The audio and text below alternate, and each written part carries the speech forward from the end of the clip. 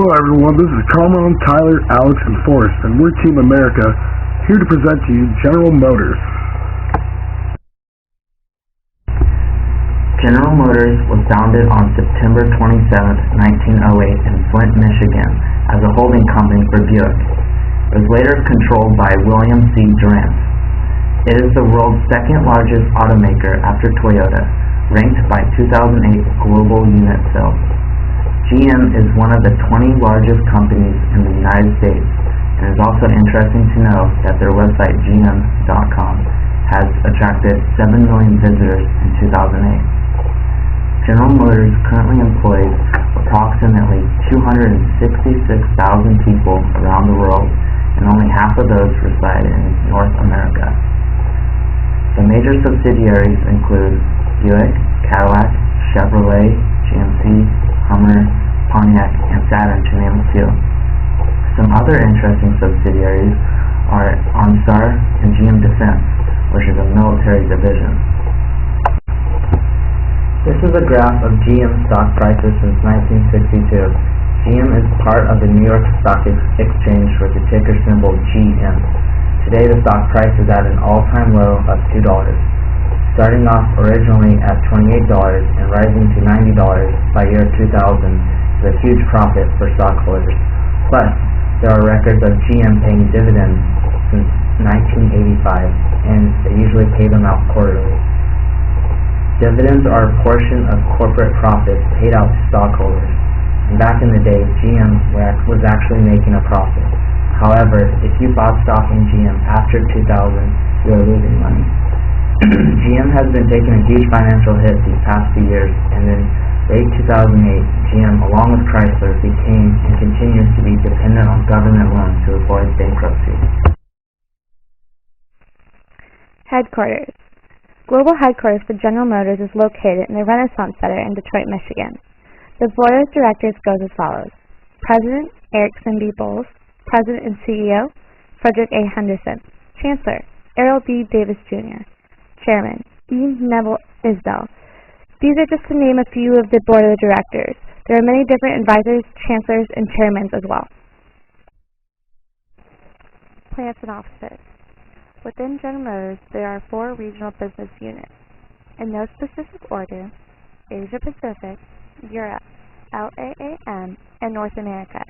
Note, LAAM is an acronym for Latin America, Africa, and the Middle East. These 3 continents are combined under one region. Together, they employ approximately 33,000 people in its core automotive business and majority-owned joint ventures. General Motors sells, markets, and distributes vehicles and services to roughly 140 countries. This makes GM the second best in the automobile industry. In 2008 alone, GM sold 8 million and plus some in cars and trucks.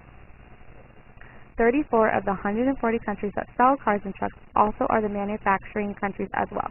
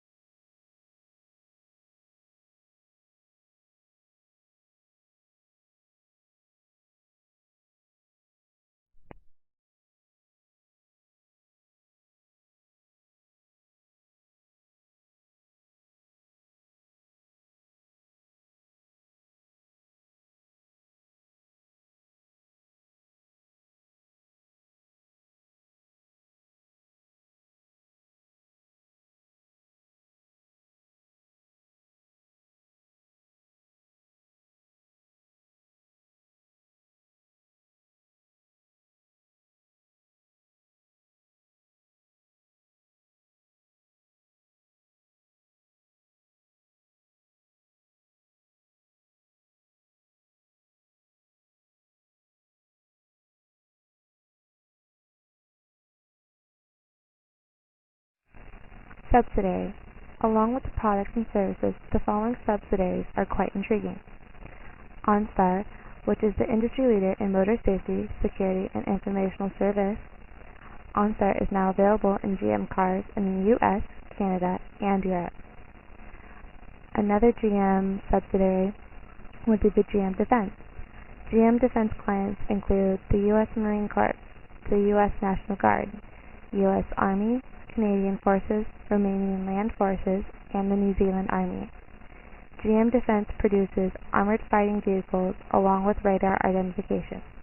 The final step today I will discuss is the Global Hybrid Cooperation. Global Hybrid Cooperation is a set of hybrid vehicle technologies collaborated by GM, Chrysler, Daimler, and BMW.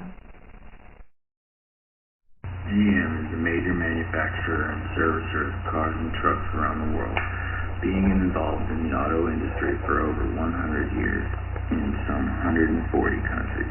However, that might not be for long, with 38% North American and 24% global suppliers facing possible insolvency, including GM. Some of the fastest growing countries in the auto industry include China, Pakistan, India, Thailand, Korea, Vietnam, and others. So around the world, the auto industry is growing, but in the United States, the industry is stagnant, with cars sitting on lots and no potential buyers. The auto industry is worldwide. There is no country on the planet that does not have automobiles, with approximately 16 million auto sales in the U.S. last year alone, and GM holding about 13% of the industry worldwide. GM's largest national market is the United States, followed by China, Brazil, the United Kingdom, Canada, Russia, and Germany. However, poor management has led to the auto industry requiring a bailout by the government. But now Obama has cut them free to survive or fail. The three top competitors for GM are Ford, Toyota, and Chrysler. Others include Honda, Daimler, Mercedes, Nissan, Volkswagen, and Fiat. A direct comparison of the sizes of GM, Chrysler, Ford, and Toyota shows the number of workers employed, revenue earned for the last period, and their net income for the last period. Note that GM and Ford are in the negative billions, and Chrysler is a privately held company which has no public stockholders at risk.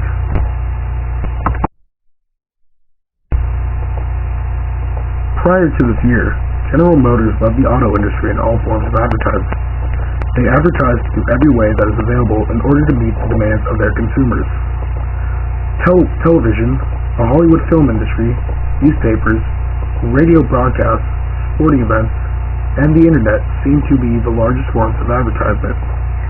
There is still a huge portion done through billboards, magazines, logos, decals, apparel, and even video games. However, GM is currently shifting 50% of its advertising online because of rapid expansion in its use and cost-friendliness. The company plans to move $3 billion into its online advertising budget within this year. This now makes GM the auto industry's leader in online advertisements. It is not uncommon to find advertising cars involving athletes and sports. When these four cars were newly introduced to the public, pro golfers Tiger Woods not even available representing Buick were using them to make Seattle baseball stadium big numbers of box advertising around the baseball game. The reintroduction of GM also Chevrolet's advertising market could not occur for another year after the movie was released. However, it was tested for more time for promotional offerings, contests, and comparison to each other in one-on-one drag races or challenge courses to find out which car will come out on top. You can also upgrade and tune your vehicles to meet higher than stock performance demands, which has become a very popular concept these days. These video games affect a wide variety of ages, 13 to 35, and can be found fairly accurate in car specifications and driving. However, only professional drivers are able to handle the capabilities of these cars if those were real-life situations. Below the Camaro shown there is the Ford Mustang GT350 and the Daimler Mercedes-Benz CLK GTR, just a couple of examples of their competitors.